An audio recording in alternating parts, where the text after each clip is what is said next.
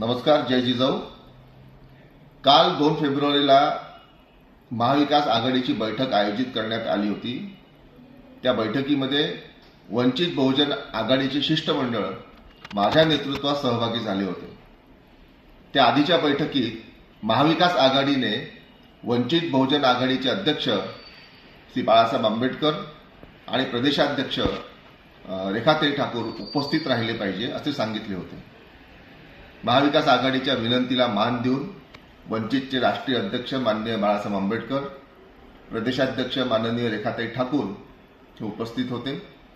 बैठकीमध्ये निर्णय घेण्याचा अधिकार मला देण्यात आला आहे।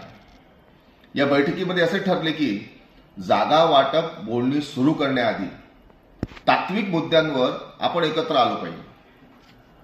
राजकीय पक्षांमध्ये एकमेकांच्या भूमिकेसंदर्भात अस्पष्टता राहू नये म्हणून वंचित बहुजन आघाडीच्या वतीने मसुदा हा देण्यात आला। हा मसुदा महाविकास आघाडीच्या प्रत्येक घटक पक्षाने त्यांच्या पक्षात विचारविनिमय करून करावा। त्यांच्या पक्षात याच्यावर एकमत झालं की तो ड्राफ्ट 4 दिवसात फायनल करावा। त्यासाठी प्रत्येक पक्षाने 2-2 प्रतिनिधी द्यायचे। त्या प्रतिनिधींनी मसुद्याला अंतिम स्वरूप द्यायचे आणि त्यानंतर जागा वाटपावर चर्चेला सुरुवात होईल। परंतु काँग्रेस पक्षाने यासाठी एक अध्यक्ष घोषित केला, तो म्हणजे माजी मुख्यमंत्री पृथ्वीराज चव्हाण।